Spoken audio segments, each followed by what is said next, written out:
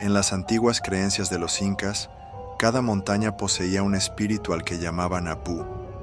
Estos espíritus podían ser bondadosos, guardianes de los pueblos, o crueles, sedientos de sacrificios. Los viajeros sabían que debían mostrar respeto al pasar cerca de una montaña, pues un simple descuido podía despertar la furia del Apu. Entre todas las historias que han sobrevivido a los siglos, hay una que hiela la sangre, la del Apu que devora viajeros. Se cuenta que habita en una montaña sin nombre, perdida entre los Andes, envuelta siempre en nubes densas que parecen nunca disiparse. Los pastores hablaban de luces misteriosas que danzaban en las faldas de esa montaña durante la noche. Algunos decían que eran espíritus guardianes, otros juraban que eran trampas luminosas para atraer a los incautos. Quienes seguían esas luces rara vez regresaban. El camino que pasaba cerca de la montaña era temido por todos. Muchos evitaban atravesarlo, aunque eso significara caminar días adicionales por rutas más seguras. Los que se atrevían a cruzar lo hacían dejando ofrendas, hojas de coca, chicha o incluso animales pequeños, con la esperanza de calmar al Apu. Las desapariciones se repetían con demasiada frecuencia. Grupos enteros de viajeros eran tragados sin dejar rastro. Cuando los aldeanos buscaban pistas, encontraban huellas que se internaban en la montaña, pero nunca salían de ella. Los más ancianos contaban que dentro de la montaña existían grietas vivientes, como bocas que se abrían en el suelo, y paredes que se cerraban como dientes. Decían que quienes caían en esas cavernas escuchaban voces que imitaban las de sus seres queridos, atrayéndolos más y más hacia las profundidades. Algunos sobrevivientes aseguraron que escucharon tambores y cánticos incas en la oscuridad, como si el Apu celebrara cada nueva víctima. Hablaban de un calor sofocante bajo la tierra, acompañado de un hedor a carne podrida que les cortaba la respiración. Un pastor anciano contó que su hermano desapareció en esa montaña. Antes de perderlo de vista, lo vio seguir una luz azulada que danzaba como una antorcha flotante. Cuando intentó detenerlo, sintió cómo el suelo tembló y se abrió, tragándose a su hermano en cuestión de segundos. Otros relatos hablan de sombras gigantescas que se mueven entre la niebla, figuras que parecen guerreros incas con máscaras de oro, pero cuyos ojos brillan como brasas encendidas. Estos guardianes serían los siervos del Apu, encargados de guiar a los viajeros hacia su final. El miedo creció tanto que la montaña quedó maldita. Nadie se atrevía a pronunciar su nombre, y con el tiempo, simplemente dejaron de mencionarla. Sin embargo, siempre había forasteros incrédulos que querían comprobar la leyenda. Ninguno volvió. Se dice que el Apu se alimenta del alma de los viajeros, atrapándolos en un ciclo eterno de hambre y tormento. Sus cuerpos se desintegran en la oscuridad, pero sus espíritus permanecen encerrados, condenados a susurrar desde las paredes de roca para atraer a otros. En ciertas noches, cuando el viento sopla desde los glaciares, los aldeanos aseguran escuchar gritos apagados que emergen de la montaña. Son voces de hombres, mujeres y niños clamando por ayuda, como si aún buscaran una salida. Con el paso de los siglos, la montaña dejó de aparecer en los mapas, como si la propia tierra quisiera borrar su existencia. Su ubicación se volvió un misterio. Sin embargo, algunos viajeros modernos aseguran haber visto luces inexplicables en las alturas. Un grupo de montañistas que intentó alcanzarla relató que sus brújulas enloquecieron y que sus relojes se detuvieron al acercarse. El aire se volvió espeso, y una sensación de ser observados los obligó a retroceder antes de dar un paso más. Los chamanes dicen que el Apu maligno aún espera víctimas, que la montaña respira, palpita, y que su hambre nunca será saciada. Por eso recomiendan jamás seguir las luces en la oscuridad, porque no son guías, sino anzuelos de un espíritu devorador. Y así, la historia del Apu que devora viajeros sigue viva entre los Andes, recordándonos que no todas las montañas son refugio. Algunas, en su silencio imponente, esconden un poder antiguo que aún reclama sacrificios humanos.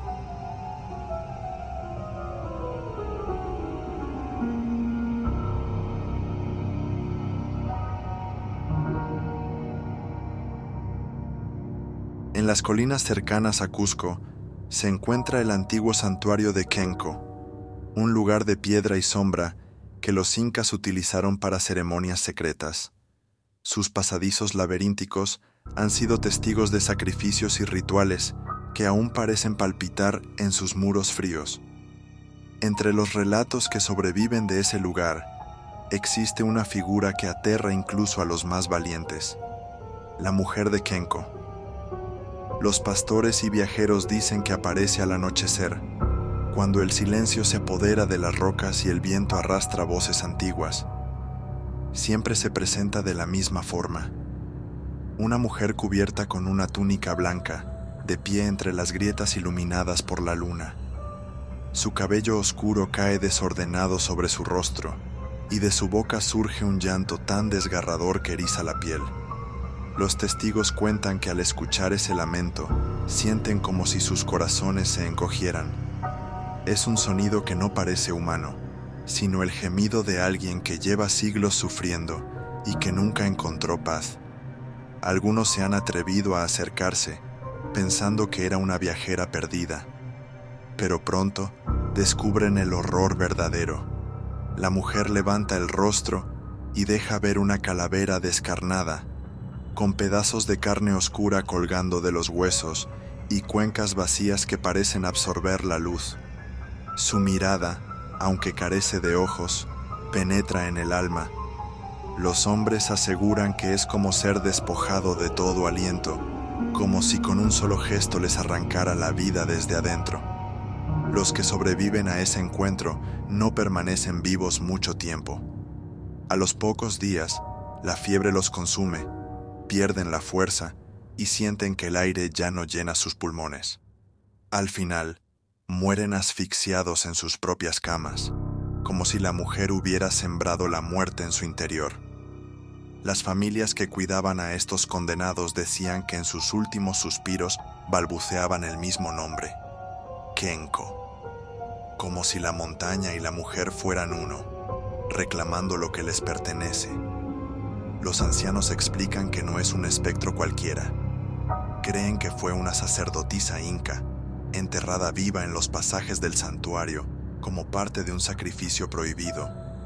Su espíritu jamás encontró descanso y ahora vaga buscando compañía en su tormento.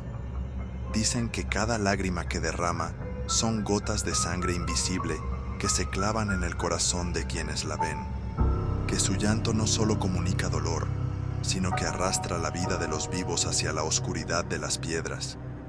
Los animales parecen presentir su presencia. Los caballos se niegan a acercarse, los perros aúllan con desesperación, y hasta las aves guardan silencio cuando la mujer de Kenko camina entre las sombras. Algunos viajeros aseguran que al perderse en los pasadizos del santuario, escucharon su llanto en todas direcciones, como si la montaña misma amplificara su dolor para atrapar a los intrusos. Hay quienes sostienen que si escuchas su llanto y decides no mirar, puedes salvarte, pero si tus ojos se cruzan con su rostro, aunque huyas, la sentencia ya está dictada. La muerte caminará a tu lado, paciente, esperando su momento. Los chamanes locales recomiendan nunca visitar Kenko de noche. Si el viento trae lamentos desde las piedras, lo único que se debe hacer es apartarse, taparse los oídos y alejarse sin voltear. Con el tiempo, la mujer de Kenko se convirtió en una advertencia viviente, una señal de respeto hacia los lugares sagrados y un recordatorio de que no todo lo que habita en las montañas busca protección. Y así, entre sombras y lágrimas, su historia continúa viva. El santuario de Kenko sigue de pie, custodiado por esa figura espectral que llora sin descanso, robando el aliento de aquellos que se atreven a enfrentarla.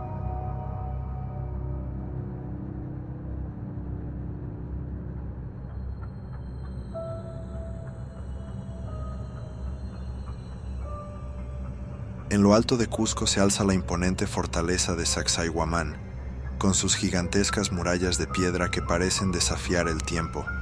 Pero entre sus bloques ciclópeos no solo se guarda la historia de un imperio, sino también una maldición que pocos se atreven a nombrar. Los cronistas cuentan que los incas aplicaban castigos ejemplares a quienes traicionaban al imperio. No bastaba con la muerte. El destino de los traidores debía ser un tormento eterno.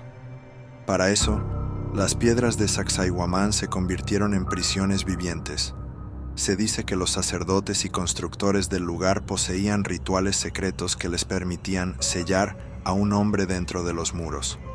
Encerraban vivos a los traidores entre las grietas, rellenando el espacio con bloques que encajaban a la perfección, hasta que el condenado quedaba atrapado sin salida, enterrado en carne y hueso en la fortaleza. El castigo no era rápido. Durante días los muros retumbaban con gritos de dolor y súplicas. Los guardias que vigilaban las murallas contaban que escuchaban golpes desde dentro de las piedras, como si los condenados intentaran abrirse paso con las manos sangrientas. Cuando finalmente el silencio llegaba, todos sabían que el espíritu del traidor había quedado fundido en la roca. Los sacerdotes aseguraban que así jamás tendría descanso ni en el mundo de los vivos ni en el de los muertos. Con el paso de los siglos, las voces de los condenados no desaparecieron. Los pastores que cruzaban de noche por las inmediaciones decían escuchar lamentos arrastrados por el viento. Algunos juraban ver sombras pegadas a los muros, agitándose como figuras que se retorcían en un sufrimiento eterno. Las noches sin luna son las más temidas. Testigos han contado que de las piedras surgen manos fantasmales que parecen intentar escapar. Rostros desfigurados aparecen brevemente entre las grietas, con los ojos hundidos y bocas abiertas en un grito silencioso. Quienes se atreven a acercarse demasiado sienten un frío helado que atraviesa los huesos. La respiración se corta, el aire se vuelve denso y un susurro se cuela en los oídos. «Sácame de aquí».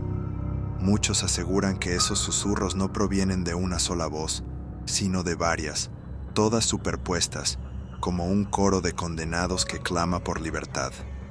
Los más sensibles terminan huyendo, con el corazón acelerado y la certeza de haber rozado lo imposible. Los guías de Cusco, aunque narran la grandeza de Sacsayhuamán, rara vez hablan de este lado oscuro. Temen que al pronunciar la historia de los condenados se despierte la atención de los espíritus que aún permanecen atrapados. Algunos arqueólogos han reportado sucesos extraños durante excavaciones nocturnas, herramientas que desaparecen, ecos que responden preguntas, y hasta fotografías donde se distinguen siluetas humanas emergiendo de las piedras. Los chamanes andinos aseguran que liberar a los condenados sería imposible, pues sus almas están atadas al castigo por mandato ancestral. Cualquiera que intente hacerlo corre el riesgo de ser arrastrado también al interior de las murallas. Hay historias de turistas que, al apoyar la mano sobre los muros, sintieron dedos fríos entrelazarse con los suyos desde dentro de la roca. Aunque retiraron la mano de inmediato, quedaron marcados con moretones que no supieron explicar. Los lugareños recomiendan nunca recorrer Sacsayhuamán de noche. Dicen que las piedras respiran en la oscuridad y que el eco de los pasos puede confundirse con el de los prisioneros que aún golpean desde dentro. Con el tiempo, la leyenda de los condenados se convirtió en un recordatorio de la severidad inca y del poder de sus rituales. No es solo piedra lo que se alza en Cusco. Es una fortaleza viva, alimentada por el dolor de quienes desafiaron al imperio. Y así los muros de Sacsayhuamán permanecen en silencio durante el día. Pero cuando cae la noche y la luna se oculta, el pasado despierta. Los condenados siguen allí, atrapados, clamando ayuda desde un encierro eterno del que jamás podrán escapar.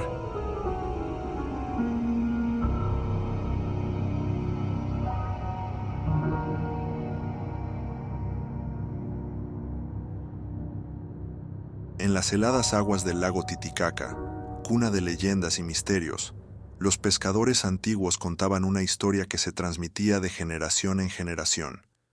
Una advertencia que mezclaba belleza y horror: la sirena del lago. Se decía que al caer la tarde, cuando el sol se ocultaba tras los Andes y las aguas reflejaban un brillo dorado, una mujer de extraordinaria hermosura emergía entre las olas. Su cabello largo, negro y brillante, flotaba como un manto sobre el agua. Los pescadores que la veían quedaban fascinados al instante. Su piel clara parecía brillar bajo la luna, y su canto suave los envolvía como una red invisible. Muchos aseguraban que era imposible apartar la vista de ella. Su voz prometía amor eterno, riquezas escondidas en las profundidades y un descanso para el alma cansada. Los hombres hipnotizados remaban hacia ella sin dudarlo, abandonando incluso sus redes y su pesca. Pero la hermosura era solo un disfraz. Cuando los pescadores estaban lo suficientemente cerca, la sirena revelaba su verdadero rostro. Su boca se alargaba hasta convertirse en un hocico de pez monstruoso, repleto de dientes afilados y brillantes. Sus ojos, antes dulces, se tornaban negros y vacíos, y su piel mostraba escamas resbaladizas que brillaban como acero mojado. Lo que parecía una mujer era en realidad una criatura hambrienta. Con fuerza inhumana, hundía a sus víctimas sujetándolas con garras semejantes a aletas deformes. Los hombres apenas podían gritar antes de ser arrastrados hacia las profundidades gélidas del Titicaca. Los compañeros de los desaparecidos contaban que las aguas se agitaban violentamente, formando remolinos imposibles de navegar. Después, el lago volvía a quedar en calma, como si nada hubiera ocurrido. Los cuerpos rara vez eran recuperados. Cuando aparecían, mostraban señales extrañas: piel desgarrada como por mordidas de pez y ojos abiertos, congelados en un gesto de espanto. Los ancianos aseguraban que la sirena no siempre había sido un monstruo. Algunos decían que fue una doncella castigada por los dioses del lago por romper un juramento sagrado. Otros que era un espíritu nacido del rencor de los ahogados. En los pueblos alrededor del Titicaca, las madres advertían a sus hijos pescadores que nunca siguieran cantos extraños en la noche. El que lo hacía, decían, no regresaba jamás. Los más supersticiosos afirmaban que si se dejaban ofrendas en la orilla, hojas de coca, licor o pequeñas piezas de oro, la sirena se calmaba y permitía que los hombres pescaran sin peligro. Pero siempre había incrédulos que desafiaban la advertencia. Jóvenes pescadores que reían de los mitos y se aventuraban solos en la oscuridad. Al amanecer, sus balsas eran encontradas vacías, flotando a la deriva. Algunos testigos aseguraron haber escuchado el canto bajo el agua, incluso al sumergirse cerca de la orilla. Una melodía triste y perturbadora que parecía vibrar en los huesos, como un llamado imposible de resistir. Así, la leyenda de la sirena del Titicaca siguió viva, tan inmensa y profunda como el lago mismo, una belleza que se oculta tras la máscara del horror, esperando pacientes víctimas en las noches tranquilas. Y todavía hoy, cuando el viento sopla sobre las aguas y se escucha un eco extraño entre las olas, los pescadores bajan la mirada y reman en silencio, temiendo que la sirena los esté observando desde las profundidades.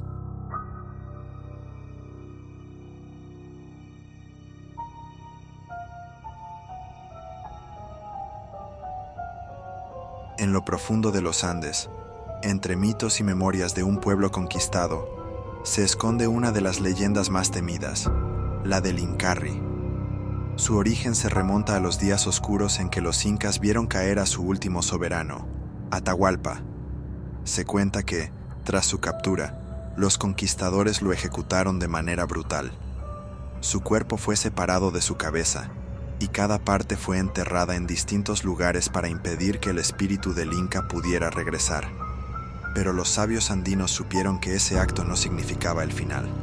Antes de morir, Atahualpa lanzó una maldición. Algún día, su cuerpo y su cabeza volverían a unirse, y con ello se levantaría el poder de los incas sobre la tierra. Los chamanes afirmaron que bajo el suelo de los Andes, el cuerpo del Incarri no descansa. Sus huesos y músculos siguen creciendo lentamente, como raíces que se extienden en todas direcciones, alimentándose de la tierra y de la sangre derramada en batallas. Dicen que su cabeza, aún separada, conserva la mirada encendida de un soberano. Desde el subsuelo susurra órdenes a la montaña, al río y al trueno, esperando el momento en que el cuerpo se complete para reunirse con ella. Quienes practican rituales antiguos aseguran haber sentido vibraciones en la tierra, como un corazón latiendo. Creen que es el pulso del Incarri, creciendo bajo los pies de todos, cada vez más fuerte con el paso de los siglos. Algunos viajeros de las montañas cuentan que en noches de luna llena escucharon cánticos en lenguas olvidadas, resonando desde las entrañas de la tierra. El eco parecía venir de todas partes, como si los huesos del Incarri cantaran en secreto. Se cree que el día de su regreso marcará el fin del mundo de los conquistadores. Las ciudades modernas se derrumbarán, y los Andes se abrirán para dejar salir al soberano que jamás aceptó la derrota. Los ancianos lo describen como un gigante de carne y piedra, con cabellos de oro y ojos como fuego, un ser que no pertenece ya al mundo de los vivos, sino al de las fuerzas primordiales de la naturaleza. Pero no todos esperan con miedo. Para algunos pueblos, el regreso del Incarri es esperanza, el renacer de un tiempo en que la justicia volverá a la tierra, y los hijos de los Andes dejarán de estar sometidos. Los chamanes más oscuros, sin embargo, advierten que su despertar traerá también caos y destrucción, que no distinguirá entre culpables e inocentes, porque su furia será la de un imperio entero reclamando venganza. En ciertas festividades se hacen ofrendas de coca, maíz y chicha a las montañas, como una forma de mantenerlo dormido un poco más. Nadie quiere ser testigo del día en que se levante. Algunos arqueólogos modernos han hallado túneles y cámaras subterráneas que parecen demasiado grandes para haber sido hechas por el hombre. Hay quienes creen que no son construcciones, sino los espacios que ha dejado el cuerpo del Incarri mientras crece. Los mitos dicen que cuando su respiración se escuche desde el interior de la tierra, los volcanes estallarán y los ríos se teñirán de sangre. Esa será la señal de que su tiempo ha llegado. Hasta hoy, el pueblo andino repite la advertencia: el Incarri no está muerto, solo duerme bajo tierra. Y cada temblor, cada rugido de la montaña, podría ser la señal de que se está moviendo. Así, la leyenda del Incarri sigue viva, tan fuerte como los muros de piedra que dejaron los incas. Un recordatorio de que la historia no siempre termina donde los conquistadores creen, y que en lo profundo de la tierra algo aguarda para reclamar lo que fue suyo.